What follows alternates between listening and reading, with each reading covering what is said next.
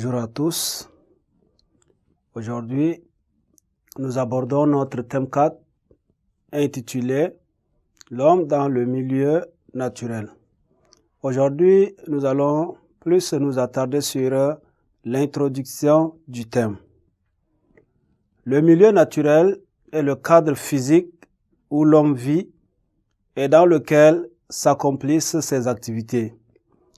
Il est le support de la vie humaine et regorge autant de potentialités pour l'épanouissement de l'être humain. Mais il se présente en même temps à l'homme comme une énigme, une angoisse d'ordre existentiel dans la mesure où le rapport qu'entretient l'homme et son milieu naturel reste sujet à interprétation et varie d'un peuple à un autre. Par exemple, chez le négro-africain, le milieu naturel est sacré et tout acte visant à le détruire est un sacrilège. Mais en Europe, la considération est tout autre. L'Europe pense que l'homme doit se rendre maître et possesseur de la nature. Dans tous les cas, l'homme et son milieu naturel sont intimement liés. Il exerce sur lui un certain nombre d'actions en vue d'améliorer ses conditions de vie et de travail. La création de lacs artificiels, par exemple, la construction des canaux pour l'irrigation, la modification locale de la topographie par le labo, la création des conditions climatiques pour les plantes, le défrichage des champs à grande échelle, la création de nouvelles habitations, etc.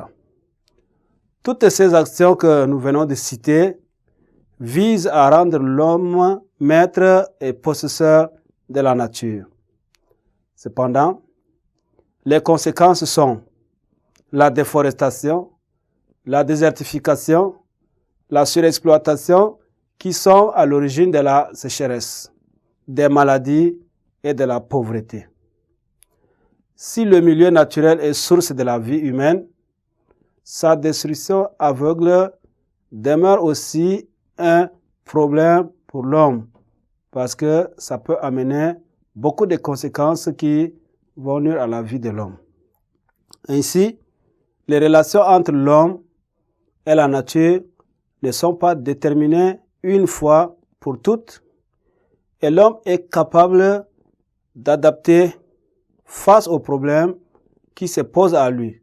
Il peut donc s'adapter aux problèmes et pour donc comprendre le milieu et dans lequel on vit, l'homme est obligé de travailler, de s'adapter pour rendre le milieu habitable ou bien rendre le milieu accessible à ses activités afin de pouvoir en tirer profit.